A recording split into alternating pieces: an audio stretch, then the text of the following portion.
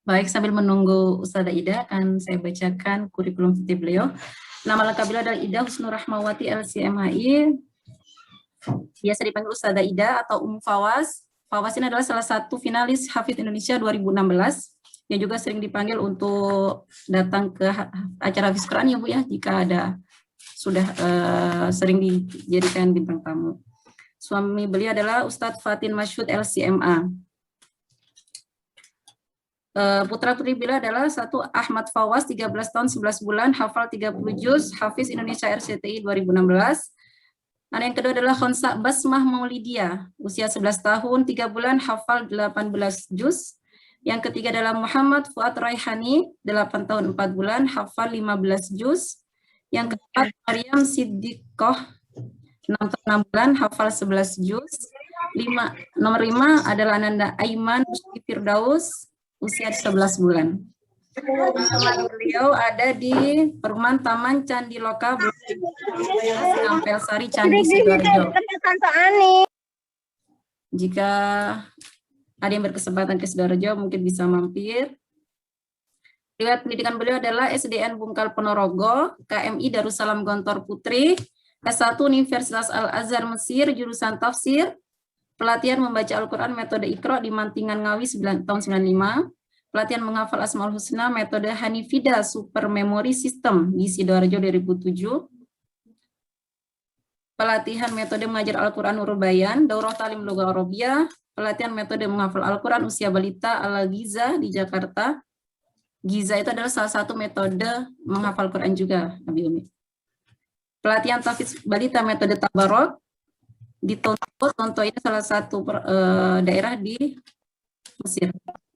Jadi beliau belajar langsung ke penemunya yaitu Syekh Kamil El-Abudi.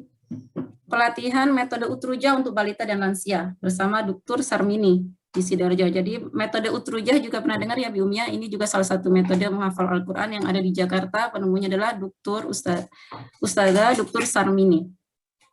Pelatihan entrepreneurship bersama KBRI Kairo. Lalu karya beliau adalah penulis buku Ta'alu Nughanni Ma'an. Beliau menulis lagu-lagu bahasa Indonesia tapi di bahasa Arabkan. Misalkan Balonku ada 5 itu di bahasa Arabkan. Naik kereta api seperti itu di bahasa Arabkan. Penulis buku Rahasia 3 Hafiz Cilik Mengguncang Dunia. Ini adalah tokoh-tokohnya yaitu 3 putra-putri dari Syekh Kamil El-Abudi. Ini juga bagus jika untuk memacu motivasi kita untuk lebih semangat lagi ya Bu. Penulis buku Amazing of Kampung Al-Quran. Editor buku petunjuk dan nasihat bagi penghafal Al-Quran.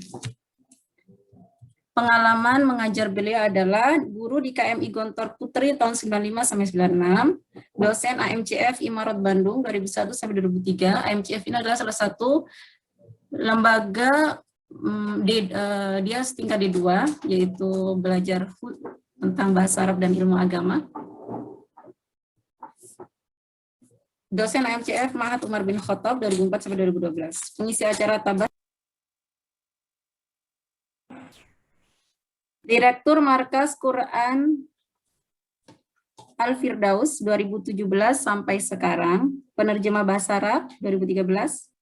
Trainer online dan offline Markas Tahfiz Balita 2017 sampai sekarang. Jadi, nah itu sudah karya-karya beliau sudah banyak dan prestasi beliau juga sangat banyak.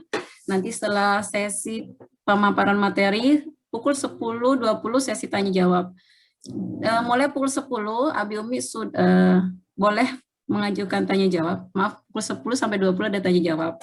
Jika ingin menanyakan lewat tulisan di chat room, itu silakan disampaikan, boleh, atau langsung dengan angkat tangan juga boleh.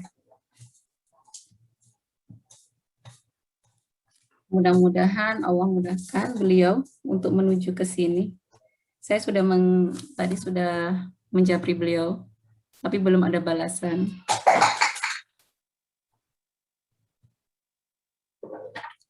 Dan kami, alhamdulillah Ustazah Ida sudah hadir bersama kami.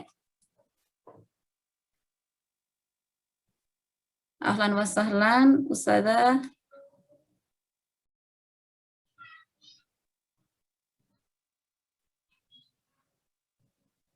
Salam. warahmatullahi Assalamualaikum. wabarakatuh. Waalaikumsalam warahmatullahi wabarakatuh. Nah, Alhamdulillah. Nah, tafadhol ya Ustazah, al-waktu iyakum. Bismillahirrahmanirrahim. Assalamualaikum warahmatullahi wabarakatuh. Alhamdulillahirabbil alamin wassalatu wassalamu ala asyrofil anbiya'i wal mursalin wa ala alihi washabbihi ajmain, amma ba'du. Alhamdulillah pada kesempatan kali ini, pada pagi hari ini kita bisa berkumpul dalam virtual meeting atau dalam Zoom meeting, dan ini merupakan sebuah kesyukuran kita kepada Allah karena hingga hari ini dan detik hari ini kita masih diberi kesehatan oleh Allah, kita masih diberi nafas oleh Allah sehingga kita masih bisa menjalankan ketaatan-ketaatan untuk mencapai ridho Allah Subhanahu wa Ta'ala. Kemudian yang kedua, salawat serta salam semoga tetap terlimpahkan kepada junjungan kita, yaitu Nabi besar Muhammad SAW, yang mana beliau telah mengeluarkan kita dari zaman kejahiliahan menuju zaman yang terang-terang seperti sekarang ini. Kemudian untuk ketiga kalinya, saya terima kasih kami ucapkan kepada moderator dan juga pihak Markas Al-Hanif ya, yang telah memberikan kesempatan kepada kami untuk sharing atau untuk berbagi pengalaman dengan kami. Terus kemudian juga bisa jadi nanti juga kalaupun tidak cukup di Zoom meeting, nanti bisa kita lanjutkan dalam pertemuan yang lainnya lewat WA atau yang lainnya. Sebelum kita awali, maka saya akan memutarkan dulu sebuah video dan harap ibu-ibu bisa memperhatikan video-video tersebut ya. Masih di copy ya. Oke.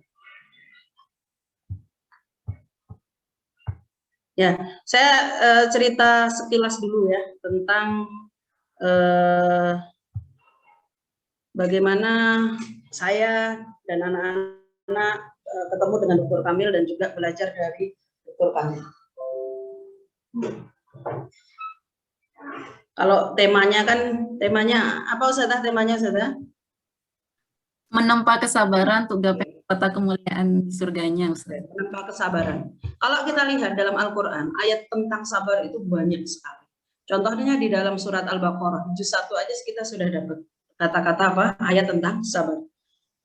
Wasta'inu bis-sabri was-shalah wa innaha lakabiratun illa 'alal khashiin. Jadi kita harus meminta pertolongan dengan apa? Dengan sabar dan sholat.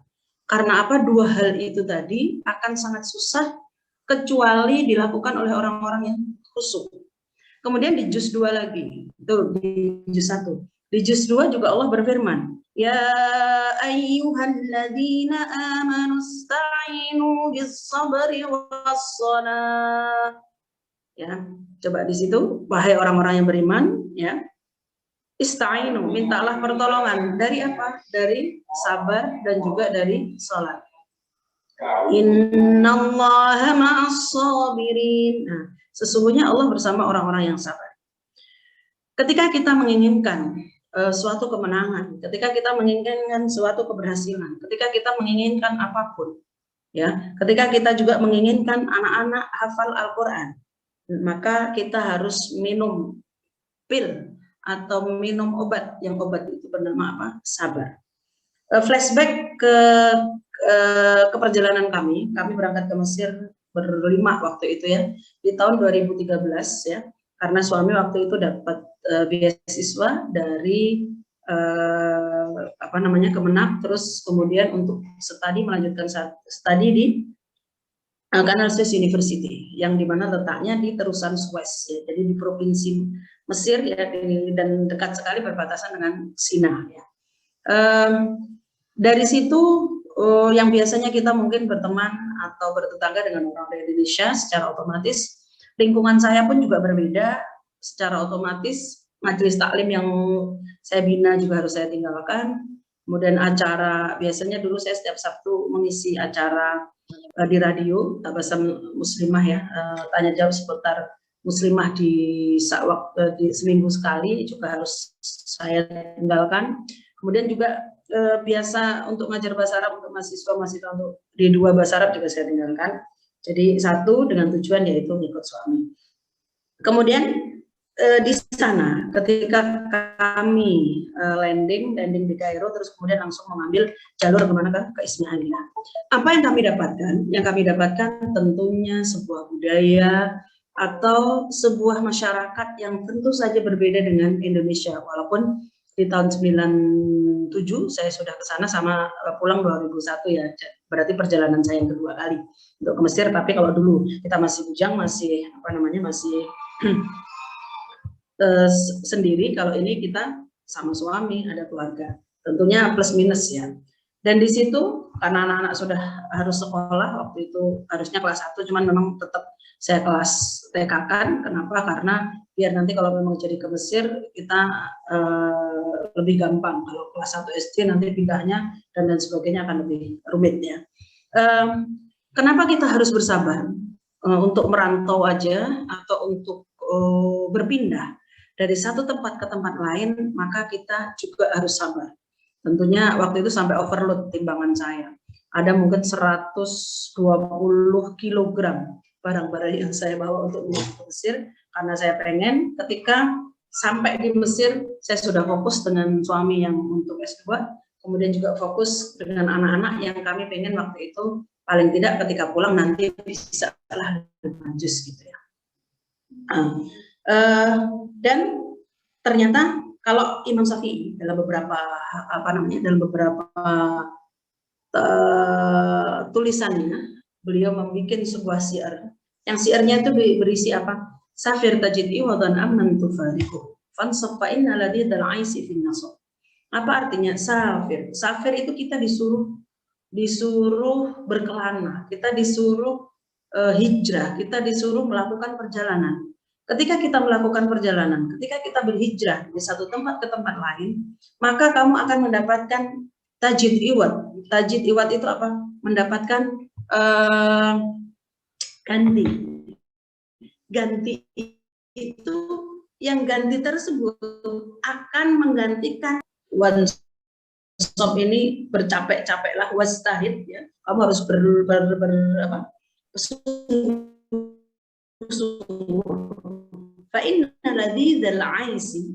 Sesungguhnya sebuah ketika kita capek itu, ketika kita betul-betul berjihad, disitulah kenikmatan hidup. Nah, sebelum kami lanjutkan, saya akan setelkan sebuah video.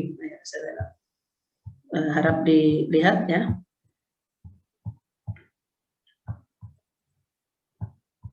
Semoga bisa ya. Sudah kelihatan ibu-ibu?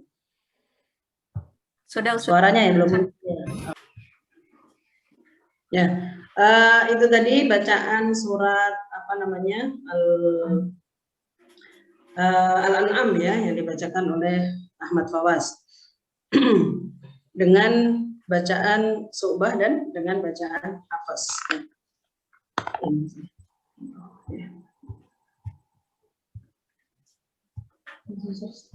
Ya. Untuk mencapai bacaan yang bagus, untuk bisa talaki dengan masyayikh, tentunya hal ini tidak semudah kita membalikkan telapak tangan. Kenapa? Karena ada tahapan, karena ada step-step yang memang harus kita jalani ya. Dan tidak semuanya bisa kita lakukan dengan cepat dan dengan instan.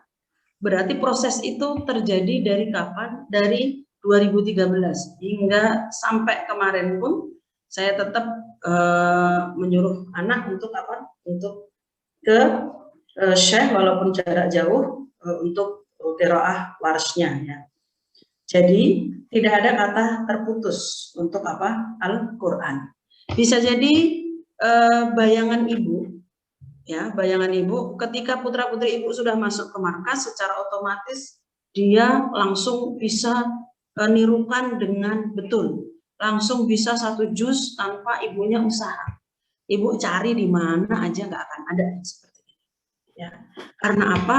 Di situ dibutuhkan kesabaran. Yang harus sabar siapa? Satu, orang tuanya, yang kedua juga anaknya. Ya. Kenapa harus sabar? Karena di situ ada proses. Satu, proses apa? Proses masuknya hafalan tersebut. Proses masuknya hafalan, ketika masuk sudah masuk, apakah kemudian berhenti seperti itu? Tidak. Ada namanya proses murajaah yang memang harus kita ulang-ulang. Ketika kita tahu bahwasannya ini adalah semuanya, Quran ini adalah sesuatu yang baik, maka kita akan tetap dengan sabar tersebut. Mungkin juga ada banyak hal yang bisa menguatkan kita untuk sabar dalam hal ini. Salah satunya apa? Ya, ada beberapa keistimewaan. Ketika anak-anak kita,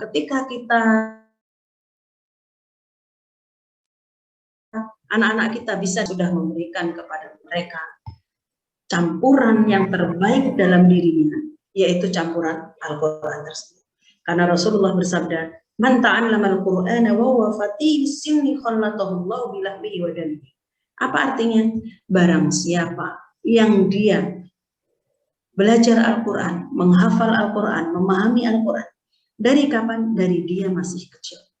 Dari dia masih kecil, maka dia Al-Quran tersebut akan tercampur. Tercampur dalam apa? Dalam darah dan dalam daging anak tersebut. Ya. Ini adalah fotonya Muhammad Ayub Tajikistan, ya, yang kebetulan bisa hafal Al-Quran di usia 5 tahun setengah kalau tidak salah. Kemudian rekor tersebut dikalahkan oleh Tabarok 1 tahun selanjutnya dengan usia 4 tahun setengah. Ya. Kemudian yang lain, kenapa kok kita harus bersabar di waktu kecil? Karena ketika kita mengajarkan kepada anak-anak kita Al-Quran di waktu kecil, maka kita akan segera mendapatkan pahalanya. Plus anak itu pun juga akan segera mendapatkan pahalanya. Kenapa? Karena ketika anak kecil yang belum akil balik, dia Bismillahirrahmanirrahim. Berapa huruf? 19 huruf yang dibaca. 19 huruf dikali 10 berarti 190. 190 di orang tuanya juga, untuk bapaknya dan untuk ibunya. Bisa jadi bapaknya lagi gitu, bisa juga bapaknya lagi belanja, bisa juga ibunya lagi kemana gitu. Akan tetapi akan ditulis ini oleh siapa? Oleh malaikat. Karena apa? Karena anak kecil tersebut. Anak kecil yang belum akil balik, ketika dia berbuat kebaikan, maka kebaikan tersebut akan menjadi tabungan untuk siapa? Untuk diri anak tersebut dan juga untuk kedua orang tuanya. Dan Rasul mengatakan, wa ana la aqulu alif lam mim harf. Dan aku tidak pernah mengatakan bahwasanya alif lam mim satu huruf. Lakin aqul, tapi alif satu huruf, lam satu huruf, dan mim satu huruf. Jadi dari alif lam mim saja ada berapa? Ada 3 huruf. Ada 3 huruf yang orang anak itu baca. Ketika anak membaca Bismillahirrahmanirrahim, berarti secara otomatis 190 kebaikan yang dia berikan untuk orang tuanya dan juga tabungan kebaikan untuk dirinya. Sekarang kita tinggal mau mencari tabungan kebaikan dengan ngaji atau dengan lewat yang lain. Kalau anak-anak kita ke markas 3 jam dia duduk, maka insya Allah dia akan mendapat tabungan tersebut dan orang tuanya pun juga akan dapat tabungan tersebut. Adapun ketika anak tersebut melakukan dosa, maka tidak akan diberikan apa-apa untuk orang tuanya dan juga untuk anak. Jadi orang tuanya nggak ditulis kejelekan dan anaknya pun juga tidak ditulis kejelekan untuknya. Kemudian ternyata rahmat itu bisa juga turun dari apa? Dari bacaan Al-Quran. Karena orang tersebut akan diadab, akan tetapi ada seorang anak yang membaca Alhamdulillahirabbil alamin. Ternyata dengan bacaan Alhamdulillahirabbil alamin tersebut mampu menolak bala selama berapa? Selama 40 tahun. Bisa jadi Allah juga jadikan kita masih enak ini hidup di atas bumi ya, masih belum diguncang gempanya dan lain sebagainya, karena bacaan yang dibacakan oleh anak-anak kita, karena mereka belum akil balik, sehingga adab tersebut diangkat selama berapa? 40 tahun. Ketika anak tersebut Alhamdulillahirabbil alamin. Kemudian ini merupakan juga hal yang banyak dikatakan oleh para ahli. At-ta'allum fi sighar kan-naqsi 'alal hajm. Apa artinya? Ketika kita mempelajari sesuatu hal tersebut dari kecil, maka insya Allah hal tersebut akan terpahat seperti halnya pahatan di atas batu. Berbeda halnya dengan ketika kita belajar sesuatu, akan tetapi di waktu besar, maka kan naqsi alal ma, maka akan jadi seperti memahat, tapi memahatnya di mana? Di atas air. Pahatan atau ukiran yang kita lakukan di atas air dan ukiran yang dilakukan di atas batu tentu susah nulis di atas batu. Kalau di atas pasir mungkin mudah, ya. Tapi hilangnya pun juga mudah. Kalau di atas batu susah nggak usah? Susah. Alhamdulillah pengalaman kami pertama ketika membuka markas tahfidz balita, yang pertama itu 16 anak. 16 anak waktu itu gurunya berapa? Saya sama mahasiswi saya sampai 3, berarti 4 orang. Bayangkan 4 orang dengan 16 anak, berarti rasio perbandingannya 1 anak 4 guru, 1 guru 4 anaknya. Apa yang terjadi? Yang terjadi, masya Allah, kata anak saya, ini mah bukan markas tahfidz, ini mah tempat penitipan anak. Kenapa? Yang satu muntah, yang satu pipis, yang satunya ngompol, yang satunya peminta minum dan lain sebagainya. Akan tetapi, insya Allah, ketika memang kita tahu caranya, kemudian tahu trik-triknya, maka hal tersebut akan lebih mudah. Dan semuanya ketika yang ditunggu apa hari Jumat kapan, hari Sabtu Jumat kapan, karena setelah hari Jumat, hari Sabtu Minggu bisa libur. Ternyata nggak mudah untuk memasukkan ke otak anak-anak kecil tersebut pelajaran yang bernama Al-Quran. Siapa yang perlu sabar? Yang perlu sabar adalah gurunya. Siapa yang perlu sabar? Yang perlu sabar adalah muridnya. Siapa yang perlu sabar? Yang perlu sabar adalah orang tuanya. Ada nggak Ustazah? Dalam 2 minggu terus orang tuanya nyebut lagi? Banyak. Kenapa? Karena melihat anaknya nggak tega, nangis terus. Terus saya bilang, Bu, karena ini peraturannya SOP-nya, standar operasional prosedurnya, Ibu nggak boleh nungguin, maka silakan Ibu pulang. Enggak Ustazah, saya nggak anu. Ya sudah, kalau Ibu nggak mau ikut peraturannya, terserah, mau diambil juga silakan. Ya sudah, saya ambil, silakan, nggak apa-apa. Saya bilang seperti itu.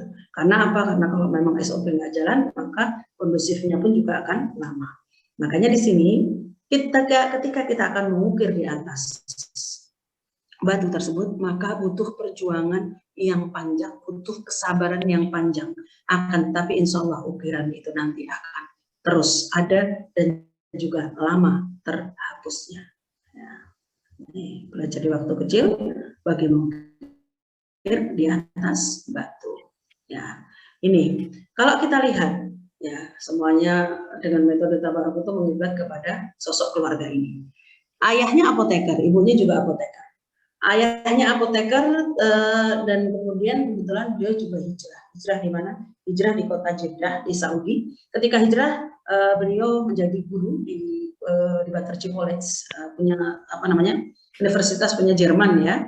Dan beliau mengatakan ternyata yang beliau lakukan sebelum beliau berangkat kerja, beliau melakukan yang namanya apa? Nalkin anak tiap hari sebelum berangkat kerja. Berapa? Nalkinnya 5 halaman. Dan 1 ayat pasti dibaca 3 kali. Dan nggak akan berpindah ke ayat lain kalau belum dibaca 3 kali. Kira-kira saya tanya, ibu-ibu yang ada di sini, bapak-bapak yang ada di sini, ada nggak yang sudah melakukan ini? Insya Allah. 5 halaman ya. 5 halaman dan tiap hari. 5 halaman. Jadi mungkin orang banyak berkata, wah paling nggak kerja bapaknya. Enggak, tetap bekerja seperti halnya bapak-bapak lainnya. Jadi tanggung jawab beliau sebagai ra'in, sebagai pemimpin, apa yang beliau lakukan? Beliau memberikan nutrisi terbaik setelah anak-anak sholat subuh, yaitu mentalkinkan. Berarti kalau amma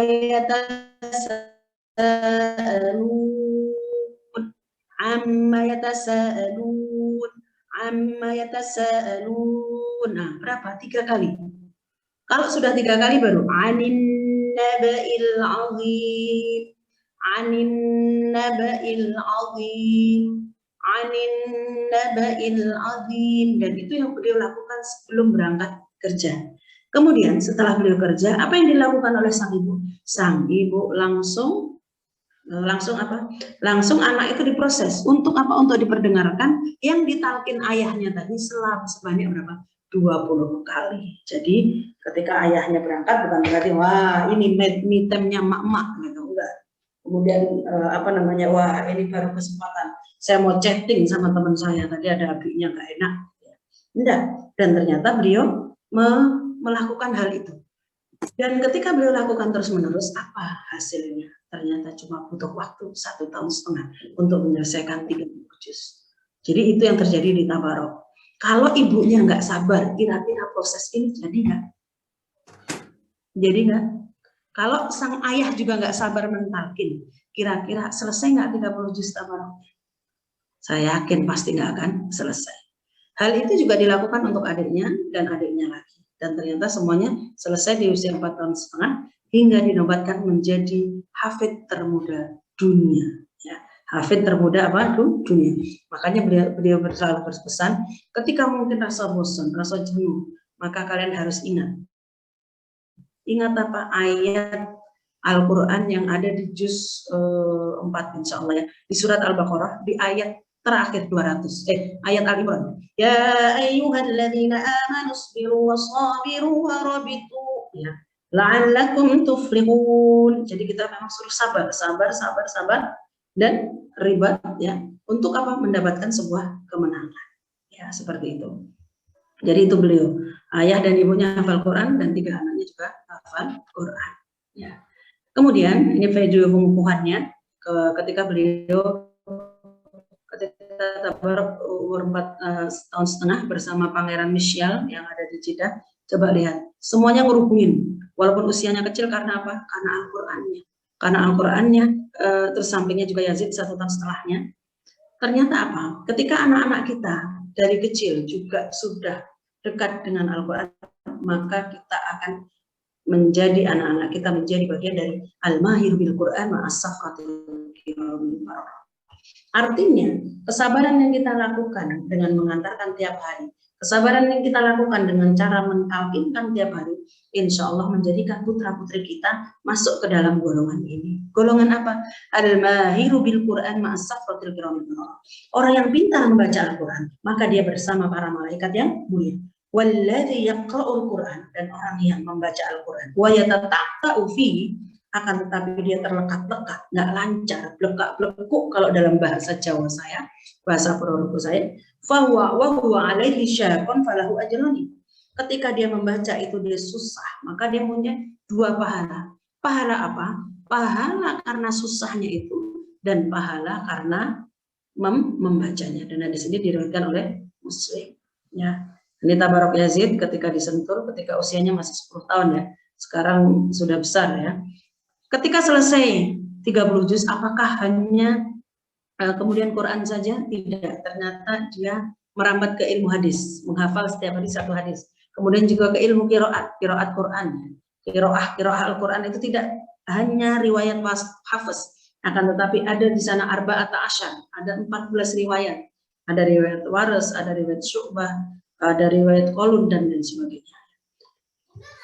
Dan kalau kita lihat, ternyata beliau, sang ibu dan sang ayah juga memprogram.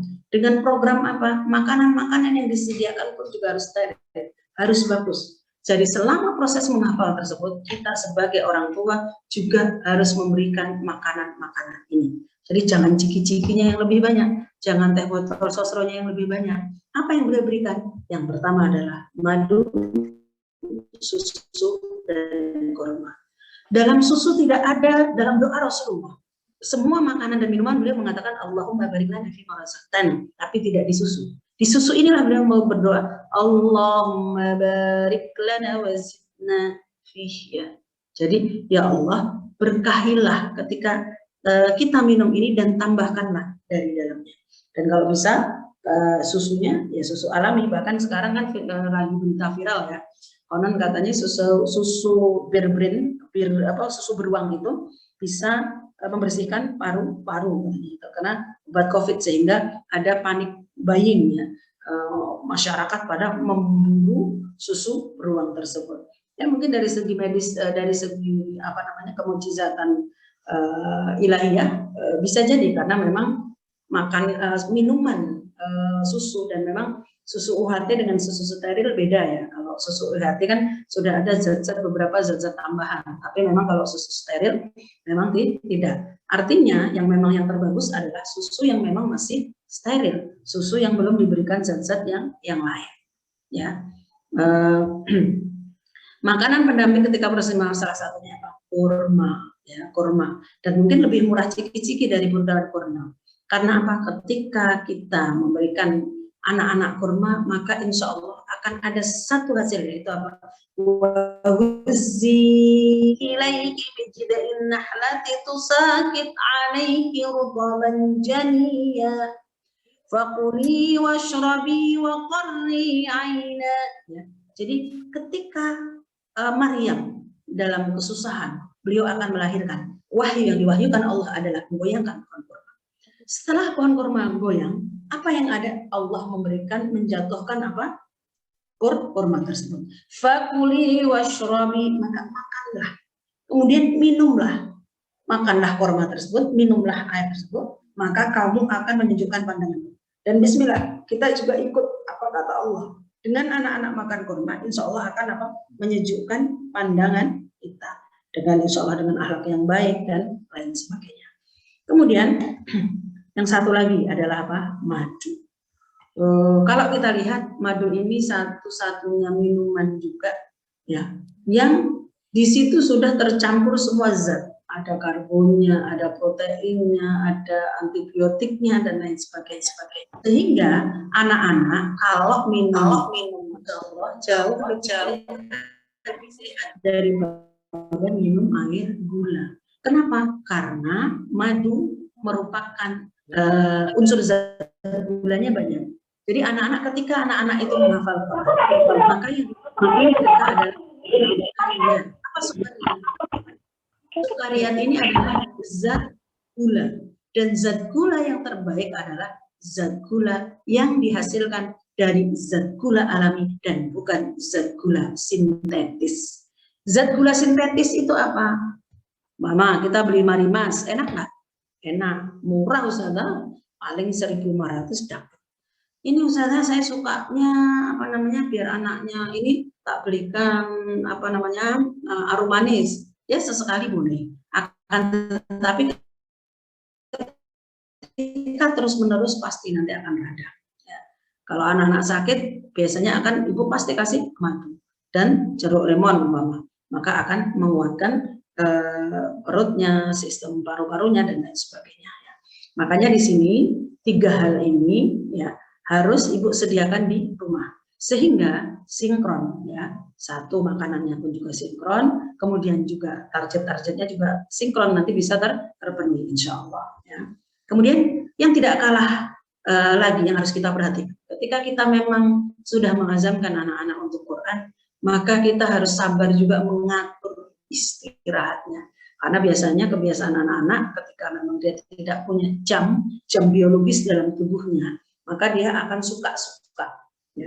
Ketika memang kita sudah berkomitmen untuk memasukkan putra-putri kita untuk tahfidz balita, mau tidak mau jam 7 dia harus bangun. Ya. Sehingga kalau jam 7 bangun berarti tidurnya jangan malam-malam. Karena apa? Karena anak yang berusia 3 tahun, ya, maka dia harus cukup tidur. Berapa Ustazah kebutuhan cukup tidurnya? Insya Allah ya berapa? 12 jam, 12 sampai 13. Dan Rasulullah berdoa, ketika anak-anak tersebut di pagi hari bangun, aduh Ustazah kasihan itu kalau mungkin ibu nggak bangunkan sholat subuh sehingga dia tidak terbiasa sholat subuh di masjid. Allahumma barik ummati fi bukuriha.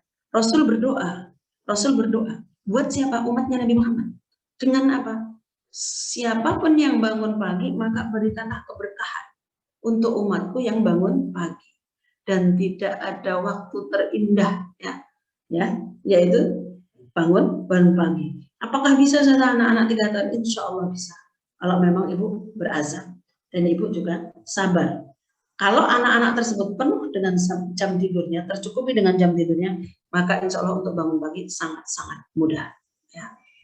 Ini talkshow di Istiqlal bersama Ustadz Yusuf Mansur, bisa antum cari semua di YouTube, ada semua ini. Karena kami dulu waktu perjalanan untuk menemukan beliau juga melihat YouTube satu persatu sehingga kami mendapatkan nomor telepon dan bisa ketemu di bulan Ramadan waktu itu bersama Tabarok di Tonto, ya, di Tonto di saat kondisi politik Mesir mungkin tidak mengenakan ya bagi semuanya, tapi Bismillah waktu itu kita berangkatnya. Sekarang kalau ditanya kira-kira godaan terbesar dalam menjadikan anak hafal Quran apa sih? Mungkin ada yang menjawab gadget, Ustazah. Kemudian ada juga yang menjawab TV, Ustazah. Temen, Ustazah. Ada juga yang menjawab yang lain-lain. Ternyata godaan terbesar kita ketika kita pengen menjadikan anak-anak kita hafal Quran adalah bisikan setan. Bisikan setan ini dalam bentuk apa? Bentuk jin dan manusia yang selalu membisikkan suara jahat. Mereka adalah anak kecil, jangan dibebani menghafal. Apakah itu terjadi juga di Fawaz? Alhamdulillah. Siapa yang membisiki dalam bentuk manusianya? Kakak saya, kakak perempuan saya, kakak laki-laki saya. Kalau saya lagi nalkin, apa yang beliau bilang? Nggak usah kamu dengarkan ibumu. Ayo kita jalan-jalan sekarang. Kemudian apakah kita harus benci ke mereka? Nggak usah harus benci. Kenapa harus kita benci? Karena ketika kita membawa sesuatu yang baru, pasti akan terjadi sebuah pergolakan, itu pasti. Ya, makanya ketika ada hal begini, dan bisa jadi dalam bentuk siapa? Suami kita. Bisa jadi juga dalam bentuk mertua kita, ibu kita, ayah kita, atau mungkin teman dekat kita. Ketika ada hal seperti ini, apa yang harus kita bilang? A'udzubillahi minasyaitonir rajim. Jadi gitu aja. Jadi aku berlindung kepada Allah dari godaan setan yang terkutuk. Kalau ada godaan seperti ini. Dan memang bisikan ini nanti jelmaannya mungkin banyak. Tidak hanya di keluarga dekat kita. Bisa jadi di tetangga kita dan lain sebagainya. Ya. Kemudian 7 langkah menghafal Quran, saya rasa ini sudah tahu semua. Tapi kalau memang kita bisa mempraktekannya, insya Allah akan ada hal besar yang bisa kita raih. Yang pertama adalah niat ikhlas mencari ridho Allah. Tadi adalah tampilan ketika Fawaz diundang di RCTI. Ya, apakah ketika saya berniat berazam pengen anak saya hafal Quran, ada satu cita-cita saya biar dia masuk TV? Insya Allah nggak ada. Karena Al-Quran adalah kalam terbaik. Bismillah, saya pengen membekali anak saya dengan kalam terbaik Allah, dan saya pengen itu merupakan sebuah wasilah. Wasilah itu apa? Wasilah itu adalah sarana untuk mencapai ridhonya Allah. Karena ridho Allah inilah yang kita cari dan kita minta. Niat yang ikhlas mencari ridho Allah. Berdoa pada waktu-waktu mustajabah. Jadi dulu kalau lihat Tabarok Yazid mesti saya nangis terus. Dalam tangis saya berdoa, ya Allah, jadikan anak-anak saya juga seperti itu. Ya, dulu saya kejar-kejar itu di Kairo. Ketika Tabarok Yazid imami di mana, bagi saya, ini betul-betul kayak masa dulu ya, masa ulama dulu. 10 tahun jadi imam, usia 9 tahun jadi imam. Dan ternyata yang bagi saya juga nggak mungkin itu untuk putra saya gitu. Ya alhamdulillah ternyata ketika memang setelah selesai 30 juz, ya tidak ada gandengan yang terbagus kecuali imam untuk memurojaah, dan memang itu hal yang biasa dan memang harus dilakukan untuk anak-anak yang memang sudah selesai 30 juz ya. Kemudian menentukan jadwal harian. Jadwal harian ini penting. Kenapa? Karena ketika ibu punya sebuah sistem istiqomah ya untuk jadwal harian tersebut, maka insya Allah walaupun cuma 1 ayat 2 ayat, karena waktu di Ismailiyah dulu saya rutin mentalkin 3 ayat saja. Ternyata dalam 1 bulan setengah bisa selesai 3 bulan ya. Dalam 3 bulan bisa selesai 1 juz setengah. Yang bagi saya waktu itu merupakan prestasi yang luar biasa. Kenapa luar biasa? Karena dari awal nikah sampai anak saya waktu itu berumur 6 tahun, saya sibuk bekerja. Jadi pagi-pagi nggak ada adegan talqin. Yang ada adalah saya nanti dia saya titipkan ke penitipan, habis itu ke penitipan anak, dan dengan aku nggak mau di sini dan lain sebagainya. Yang mana setelah saya resign, diminta oleh suami untuk resign untuk menemani beliau ke S2 ke Kairo, ke Canal University. Bismillah ya, Bismillah. Apa yang terjadi? Ternyata saya terbelalak sendiri. Oh ternyata anak-anak ini Masya Allah ya. Bagi saya dulu, kalaupun dia bisa hafal setengah juz, itu yang hebat adalah guru dan sekolahnya. bukan saya sebagai orang tuanya. Tapi dari situ saya dapat pelajaran, ternyata seorang ibu, ya kehebatannya bisa melebihi, bisa lebih hebat dari profesor atau guru sehebat apapun. Ketika memang kita mau, dan kita mau belajar, dan kita yakin hal itu terjadi. Kemudian yang kedua, menyiapkan kotak hadiah yang dibungkus. Ini kalau anak-anaknya masih 3 tahun enak, Ibu siapkan kotak hadiah yang dibungkus. Di situ di dalamnya terserah, ada yang hadiah tiga hadiah yang biasa, hadiah yang agak bagus, kemudian hadiah yang luar biasa ketika anak-anak itu sudah tuntas. Tapi nggak usah Bu dikasih HP, itu nggak usah. Yang murah-murah aja dulu lah, dari balon atau permen yang bagus, tapi ya, atau mungkin kalau anaknya suka coklat nggak apa-apa juga, tapi yang safe. Terus kemudian bisa makanan, bisa mainan, dan juga bisa buku ya. Dulu saya pribadi kalau mintanya anak saya, kalau umpama hafal 2 surat, umpama Al-Mulk sama Al-Qalam, Bu kita makan di dekat terusan Suez, sambil nanti Ibu suapin aku, kemudian aku mau naik sepeda. Oke. Kalau waktu di Mesir mungkin ya masih murah karena dekat ya. Mungkin taruhlah habis 200.000 untuk makan di situ, terus kemudian untuk nyewa sepedanya. Ibarat 1 surat 100, nggak masalah lah. Hal itu saya yakin pasti dia akan kena selamanya nanti, sehingga semoga dulu juga dia bisa melakukan untuk anak-anaknya seperti itu. Jadi hadiah ini kondisional, tergantung Ibu maunya apa. Kalau di markas biasanya hadiahnya berupa stiker. Kalau kami sendiri biasanya juga sering beli balon ya, yang hadiah ada yang serba 1000-an, ada yang serba 2000-an, biasa kita gantung. Nanti anak kalau memang bagus banget dia bebas untuk memilih yang mana. Terus kemudian ketika menghafal, menyediakan tempat yang cocok. Kenapa harus tempat yang cocok? Yang cocok jadi nggak bising, terus kemudian juga nyaman, dan mendengarkan murattal syekh.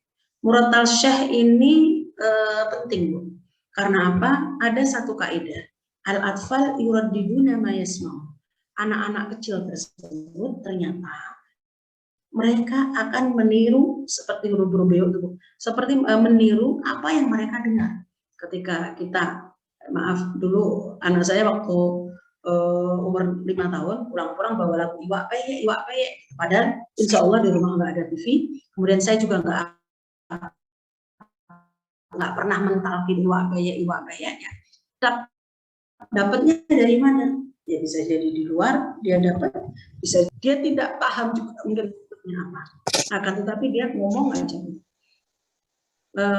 Makanya di sini murattal para syekh, kalau saya boleh saran, ibu-ibu bisa menyediakan laptop khusus. Saya ketika proses anak-anak menghafal, saya memang punya 1 komputer khusus. Yang 1 komputer khusus itu memang khusus untuk mendengarkan. Dan kalau memang pengen dibawa kemana-mana, bisa juga dengan laptop khusus yang memang tidak diisi dengan program-program yang lain, kecuali program ayat, kecuali program untuk meningkatkan hafalan. Tapi sekarang mungkin sudah canggih ya, ada speaker Quran, ada yang bentuk lampu, ada yang bentuk, terserah Ibu mau pilih yang mana. Cuman memang kalau speaker kita harus ngecas dan lain sebagainya sama, cuman portable ya, bisa dibawa kemana-mana, lebih enak ya. Jadi semuanya min plus. Dan kalau saya pribadi, memang saya usahakan laptop itu harus ada. Kenapa? Karena masanya lama dan kita bisa memperdengarkan dalam jangka waktu yang lama juga dan lebih awet ya. Kemudian setelah menghafal, memberikan hadiah kepada anak atas prestasi mereka. Kunci sukses menghafal Al-Quran ya di markas Tabarok atau dengan metode ini, dengan anak-anak balita ini, yang pertama adalah keikhlasan. Jadi orang tuanya harus betul-betul ikhlas. Akankah ada anak-anak di waktu sulit? Iya, ada. Saya pernah mengalaminya ketika waktu hafalan sampai Al-A'raf. Al-A'raf itu kan panjang-panjang suratnya. Waktu itu saya suruh dia ikut lomba ke Kairo.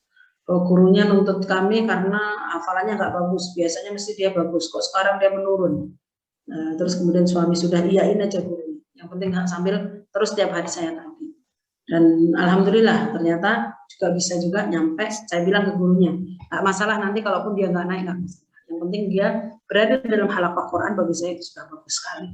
Kemudian yang kedua, doa, jangan pernah kita panjatkan, jangan pernah kita tidak memanjatkan doa. Dan yang terakhir adalah memantau anak setiap hari. Memantau anak setiap hari ini dari apa? Ya dari bacaan, dari hafalannya, ya, dan lain sebagainya. Jadi jangan tidak dipantau. Kalau WA aja sedikit-sedikit kita lihat, apalagi anak harus sedikit-sedikit juga lebih kita lihat lagi. Jadi kalau WA kan nggak kita lihat layar itu yang tidak membuahkan hasil dan juga tidak memberikan madarat. Ya, coba lihat Bu, bagaimana proses hafalan tersebut masuk ke dalam tubuh kita, ke dalam otak anak-anak kita. Ada 4 fase. Yang pertama talaki itu ditalkinkan, kemudian dzakirah kharijiyah, setelah ditalkin beberapa kali maka akan masuk ke dalam otak yang paling luar. Terus kemudian dzakirah ad-dakhiliyah, yaitu otak yang bagian dalam, dan yang terakhir adalah al-umqul batin atau biasa disebut dengan alam bawah sadar. Ketika saya mengatakan kepada jenengan semua, Bapak saya bilang, coba ibu-ibu jawab semuanya. RCTI apa Bu jawabannya? Ada yang bisa jawab? RCTI? Oke,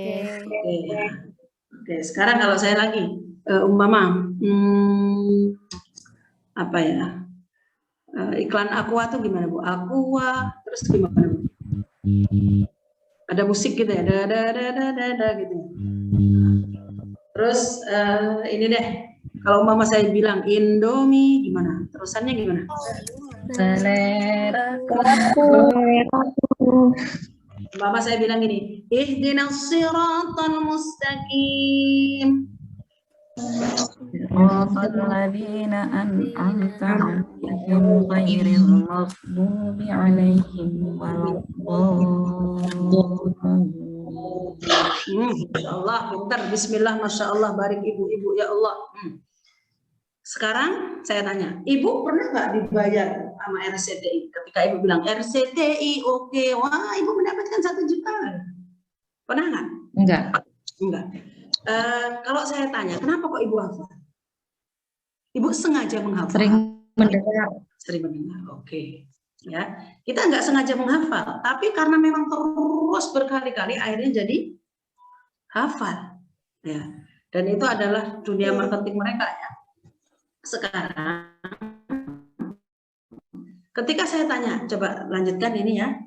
Wa idh yarfa'u Ibrahimul qawa'ida minal baiti wa Ismailu Rabbana taqabbal minna innaka antas samiul alim. Ada yang bisa lanjut? Ya, semuanya. Rabbana, ayo. Rabbana waj'alna muslimaini laka wa min dzurriyyatina ummatan muslimatan lak wa arina manasikana wa tub 'alaina innaka antat tawwabur rahim. Suaranya enak siapa Bu? Enak saya atau enak Fawas tadi Bu? Kok nggak mau jawab Bu? Dua-duanya enak Ustazah. Dua-duanya enak. Kalau ibu jadi jurinya gitu, ibu nilai siapa yang bagus? Awas. Bukan ya, oke. Jadi padahal dulu yang ngajari maknya juga gitu ya. Dan itu yang guru-gurunya akhirnya kalah oleh murid-muridnya, dan itu juga yang kami lihat di anak-anak didik kami ya. Sekarang kalau tadi saya wa idh yarfa'u, atau mungkin saya ke surat Toha, Toha ma anzalna 'alaikal qur'ana litashqa. Terus illa tadhkiratan liman yakhsha. Bagus. Tanzilan mimman khalaqal arda was. Iya betul. Was-samawatil ula. Terus Ar-Rahmanu 'alal 'arsy istawa. Lahu ma fis samawati wa ma fil ardi wa ma bainahuma wa ma tahta sara. Terus satu ayat lagi. Fa in tajhar bil qawli fa innahu ya'lamu sirra wa akhfa. Satu lagi. Allahu la ilaha illahu lahul asmaul husna. Oke. Sekarang coba lihat. Ketika tadi ihdinas siratal mustaqim semua menjawab.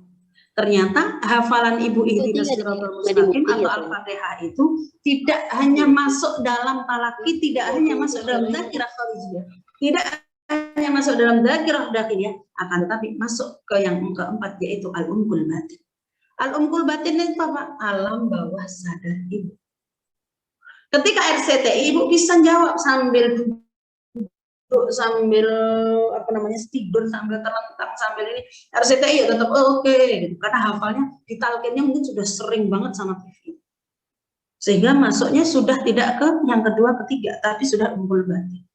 Sekarang bagaimana caranya kita paling tidak ya sekian juz atau syukur-syukur 30 juz harus masuk ke dalam umqul batinnya putra putri kita. Berarti harus apa, Bu? Harus sering. Semakin sering semakin bagus, semakin banyak jamnya semakin bagus.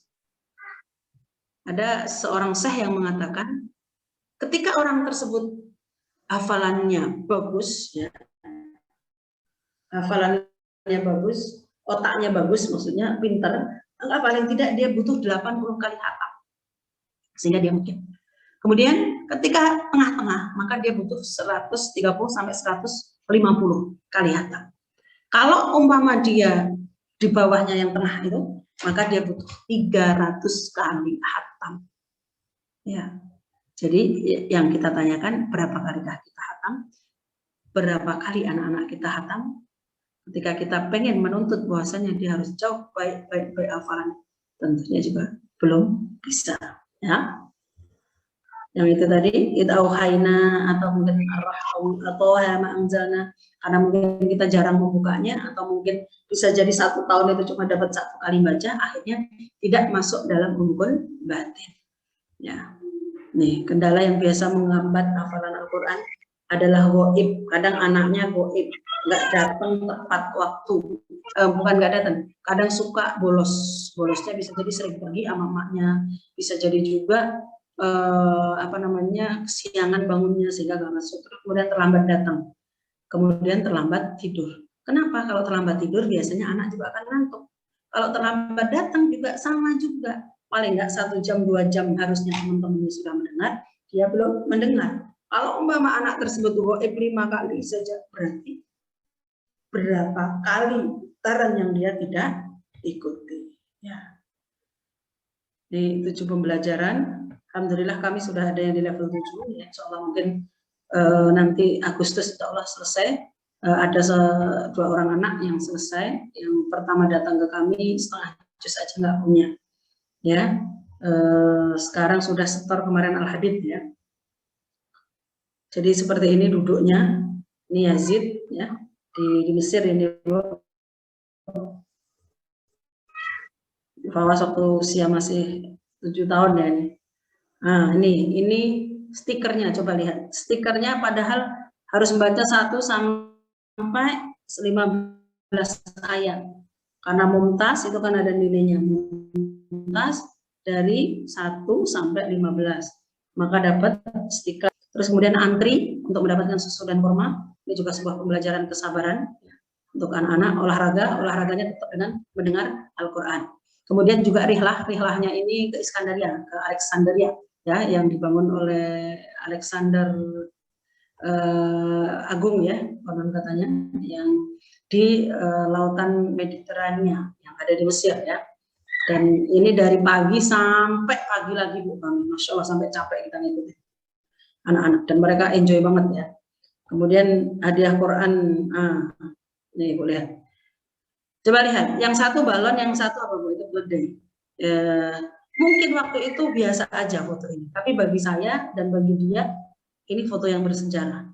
Yang satu dengan balonnya itu tadi, dia dikasih hadiah oleh gurunya ketika setelah selesai ujian surat An-Nisa, karena bisa dikasih balonnya ditulisin Ahmad Fawaz. Dan pulang-pulang seneng banget, waktu itu ada tamu dari Yaman. Bu, tadi aku dikasih ustazah apa namanya, balon. Balonnya warna apa? Merah. Kemudian ini keledai. Ini ketika dia bisa menghafal 1 halaman pertama surat Al-Imran ayat 1 sampai 9.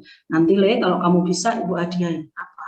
Naik keledai. Untuk anak 7 tahun kira-kira penasaran nggak naik keledai rasanya gimana? Pasti penasaran. Padahal bayarnya cuma 4.000 aja. Bismillah, 1 halaman naik keledai 1 sekali, dan bagi dia it's okay dan sangat menyenangkan. Jadi hadiah yang kita berikan ke anak-anak tidak harus selalu mahal. Dan mungkin dulu ketika dia belum selesai, saya bilang, nanti kalau selesai insya Allah ibu hadiahin umroh. Saya bilang seperti itu. Ternyata pas selesai, saya belum bisa menghadiahkan umroh. Tapi Allah itu juga maha dan mahal saja. Alhamdulillah di 2017 ternyata mendapat penghargaan untuk kategori peserta termuda untuk 30 juz plus tafsir Al-Quran waktu itu ya. Akhirnya mendapat hadiah umroh yang semuanya panitia yang bayari. Tapi tetap saya harus melaksanakan janji saya, karena umroh kamu sudah dapat, bismillah, ibu lupakan dalam bentuk yang lain jika memang sudah ada rezeki. Jadi intinya sabar ya dalam ketaatan ya, karena memang kalau kita tidak sabar maka kita tidak akan pernah mencetak mutiara-mutiara yang sangat andal. Sekian, billahi taufiq wal hidayah. Wassalamualaikum warahmatullahi wabarakatuh. Waalaikumsalam. Masya Allah, azim. Bagaimana Abi Umi sudah terpompa motivasinya untuk lebih semangat lagi. Jazakumullah khairan katsiran Ustazah atas pemaparan yang sangat menggugah jiwa kita untuk bisa lebih semangat lagi, lebih bersabar kembali. Baik Abi Umi, silahkan jika ada yang mau ditanyakan. Ini adalah momen berharga sekali bersama Ustazah Ida. 20 menit ke depan, silakan untuk menanyakan apa tipsnya, apa triknya, apa yang bisa membuat beliau bisa seperti ini, seperti itu. Silakan Abi Umi.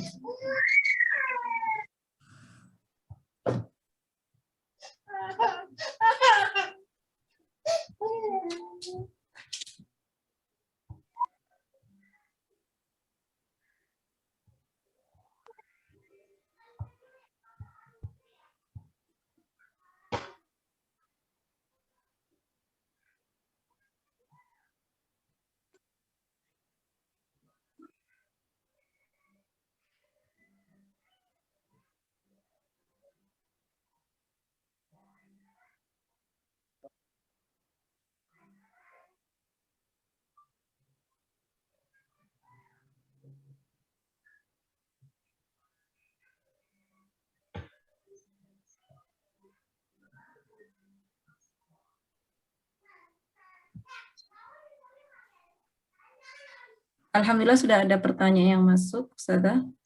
Ya, silakan. Assalamualaikum Ustazah, saya Wali Tauku Gibral. Terima kasih atas materinya. Izin mau bertanya Ustazah, informasi di mana kami bisa membeli susu steril yang bagus. Terima kasih.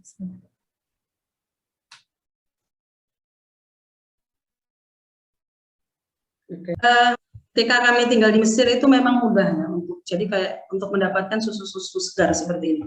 Bahkan umpama toh itu dalam kemasan pasti juga nggak lama masanya.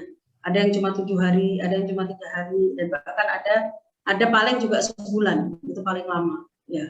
Sehingga untuk mencari alternatif tersebut sangatlah mudah. Kemudian yang kedua,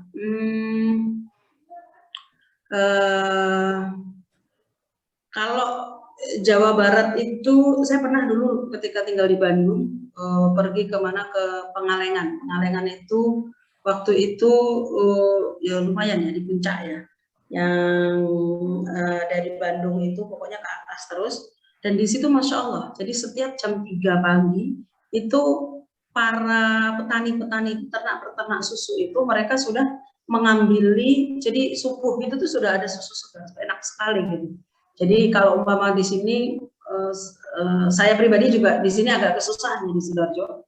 Ada mungkin di Lumajang, tapi jarak sini sama Lumajang mungkin sampai 4 jaman ya, atau 3 jaman, dan itu masih ke Senduro sana. Jadi akhirnya saya beristihad dengan susu yang memang tidak ada rasa-rasa. Itu dulu istihad kami. Tapi tetap kami beritahukan ke wali murid bahwasanya memang susu yang steril atau susu yang perah langsung itu memang itu jauh lebih bagus karena tidak banyak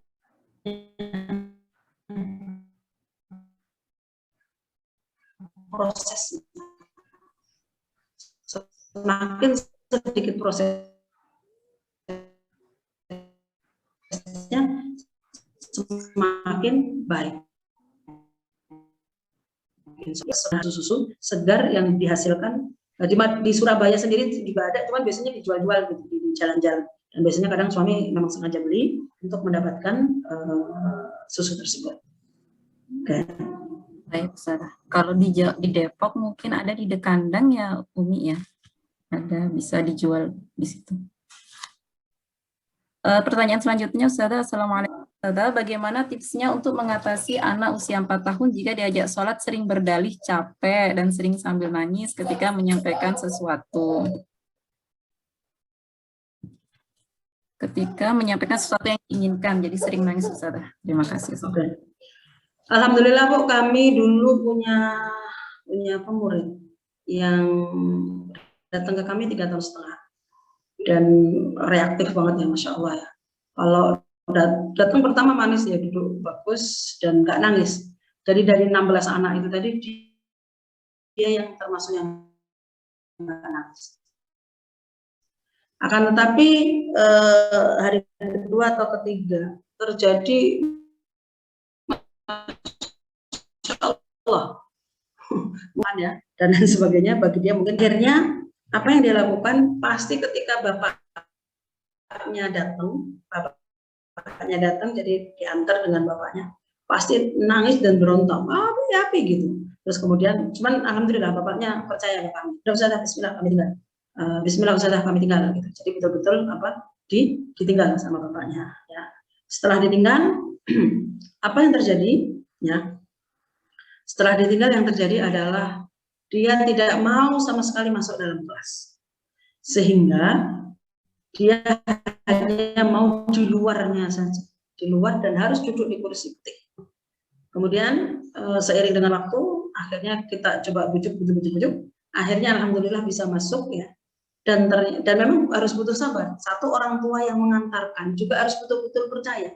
Jadi selama sebulan itu dia tidak mendapatkan pembelajaran di dalam kelas, bayangkan. Dan Ustazah waktu itu juga tetap menemani, tetap saya bilang sudah talkinin walaupun lewat kalian. Mama nggak apa-apa, anaba aja nggak apa-apa juga, yang penting dia harus dengar sesuatu. Hingga akhirnya Allah bukakan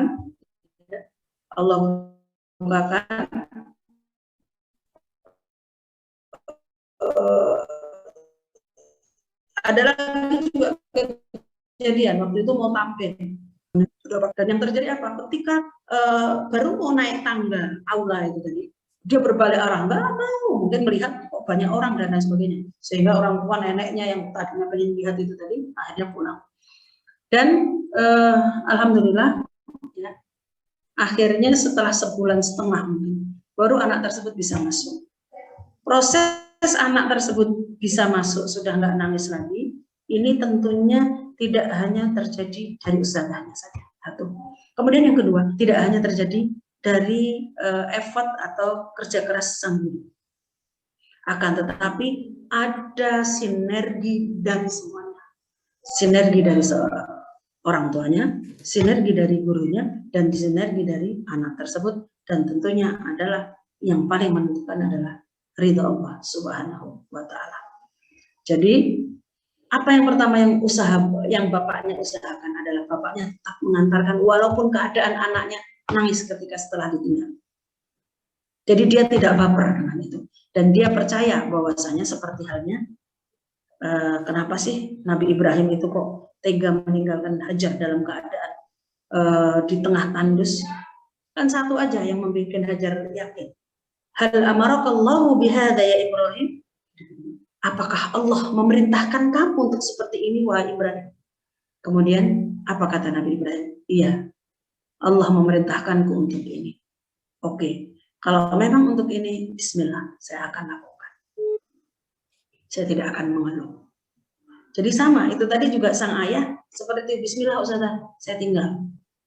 Mungkin hati dia sebagai seorang ayah juga ngerti kan lihat anaknya nangis. Besok lagi diantar nangis lagi, padahal kita juga nggak nyubitin juga, nggak mentakin dia juga gitu kan.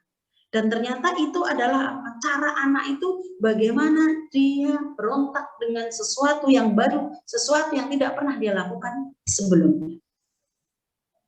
Karena bisa jadi sebelumnya dia ngapain? Waktu tidur dia, bisa jadi juga waktu nontonnya dia sambil tiduran. Waktu itu juga masih bawa dot-dotnya juga, masih bawa pampers. Pampers sudah enggak sih? Dot ya, dot itu masih. Kata aku ngedot dulu nggak apa-apa. Sekarang sudah 7 tahun ya. Dan alhamdulillah Qurannya mungkin kemarin saya tanya sudah khatam dan baca khatam tuh sampai 18 kali. Bener kan saya bilang. Waktu itu saya tanya kan masih 3-an. Sekarang insya Allah sudah di angka 23 juz mungkin. 23 juz insya Allah. Artinya keberhasilan itu tadi ya tidak datang dengan tiba-tiba, tapi butuh jihad dari semuanya. Dan saya yakin kata ibunya, iya Ustazah, ibunya dulu kurang datang ke markas dan lain sebagainya. Sejak saat itu akhirnya saya tinggalkan semua. Apa yang ibu tinggalkan? Saya dulu inian rokok katanya. Jadi dia grosirnya rokok. Gitu.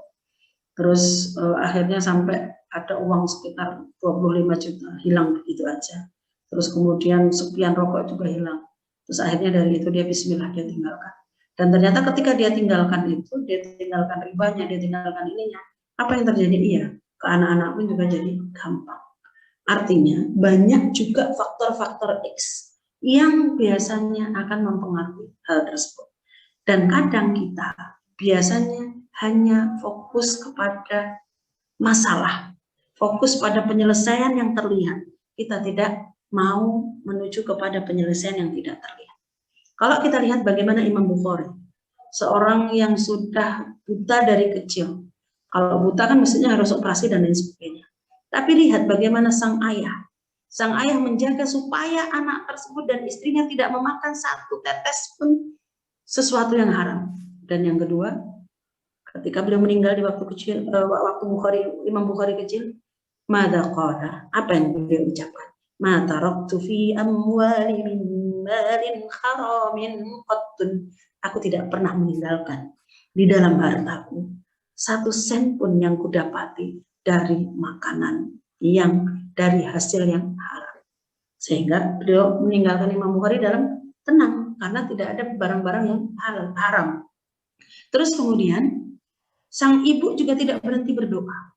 Sehingga beliau bermimpi melihat Nabi Ibrahim dan ternyata setelah itu laqad raddallahu basara ibnaka. Allah telah mengembalikan penglihatan anak dan ternyata betul. Bukhari kecil akhirnya bisa melihat. Jadi secara medis mungkin nggak mungkin, tapi bagi Allah sangatlah mungkin. Dan ini mungkin nggak 1-2 ya kita temui gitu. Orang kanker, sakit kanker yang mungkin sudah divonis mati ya. Kemudian apa yang dia lakukan? Dia lakukan ngaji terus. Dan dia untuk mempersiapkan akhirnya. Dan ternyata pas setelah dicek, loh kok reaktif kankernya ini tadi sudah nggak aktif semua. Dan ini bisa terjadi di kita siapapun. Sama juga ketika putra-putri kita ya, maka paling tidak bismillah kita benahi dari diri kita.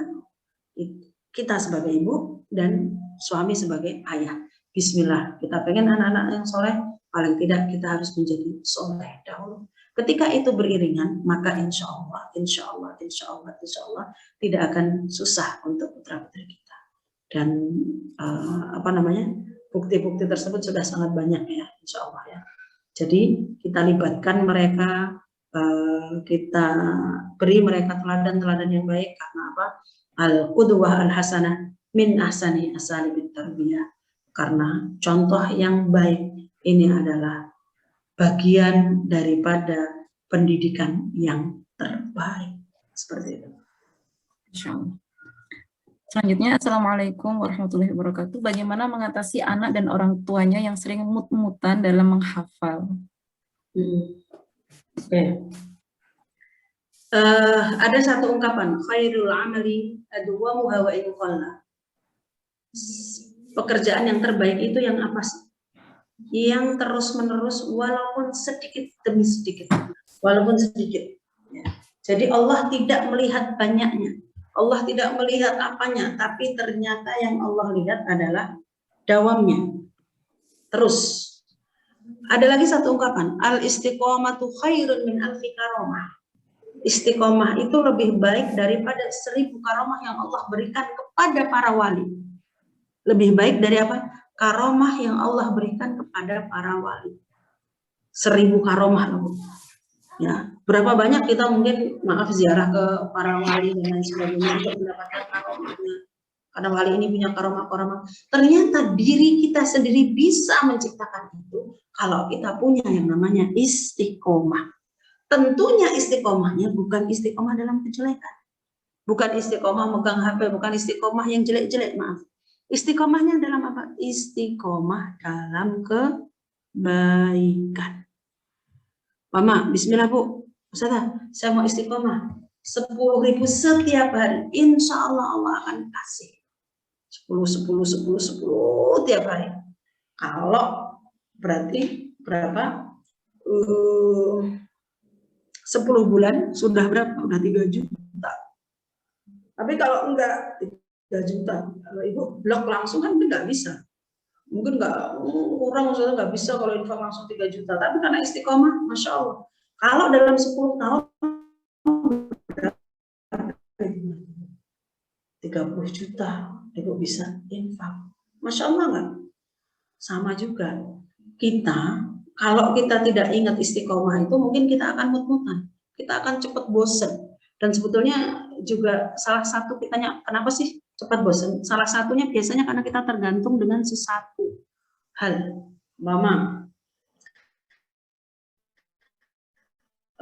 anak-anak yang maaf porsi gadgetnya lebih banyak, biasanya dia akan tidak kreatif untuk menciptakan permainan-permainan yang lain. Coba kita ingatlah di zaman kita, tanah aja bisa nggak kita jadi mainan dan asik bisa berjam-jam? Bisa, ya. Terus kemudian dari batu aja kita bisa nggak menjadikan itu sebuah permainan? Bisa juga, karena memang kita tidak disuguhi satu hal yang monoton, yang dimana itu menguras semuanya. Makanya kalau di sini kita bisa ingat ini tadi, ingat apa? Istiqomah ini adalah sesuatu yang baik. Harusnya dikatakan, ketika orang tersebut pengen sesuatu tersebut menjadi habit dia, paling tidak kita harus melakukannya tanpa putus selama 21 hari. Ketika selama 21 hari, maka insya Allah akan menjadi habit, menjadi kebiasaan. Al-Quran itu aja kalau mama kita setiap hari satu ayat, ternyata kita bisa hafal dalam 23 tahun. Pertanyaannya, berapa usia kita sekarang? Lebih mungkin dari 23 tahun. Tapi hafalkah kita 30 juz? Bisa jadi ada yang iya, ada yang enggak. Ternyata kalau kita satu hari aja satu ayat, kita butuh 23 tahun. Sama Ibu. Karena waktu kecil itu tadi, dia tidak akan kembali. Golden age itu tidak akan kembali kayak sekarang. Pas mungkin udah besar, sudah tidak yang tergantung banget saya.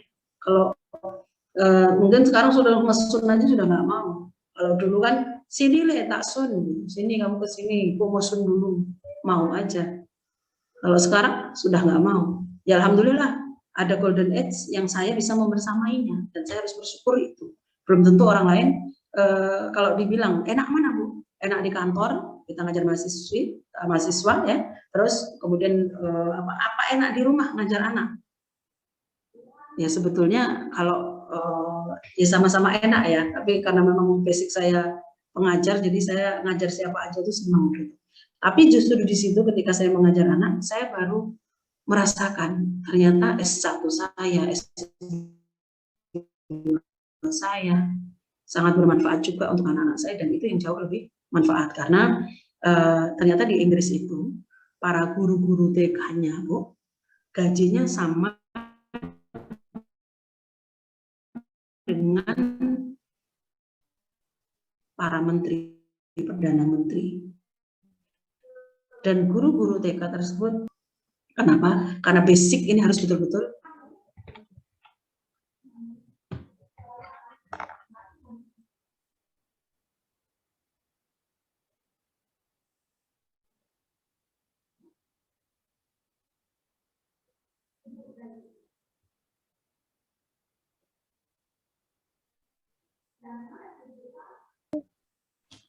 Alhamdulillah. Sebenarnya masih banyak pertanyaan, Ustazah, tapi karena tadi Ustazah sudah memberikan izin untuk dilanjutkan via WA, ya Ustazah ya. Mungkin nanti kami kirim. Ya, silakan. Maaf. Jazakumullah khairan katsiran, Ida, Ya, atas ilmu-ilmu yang sudah dibagi pada kami. Semoga ini menjadi ilmu yang bermanfaat buat kami sekeluarga dan umat Nabi Muhammad SAW. amin, amin, amin. Baik, silakan Kak Lala.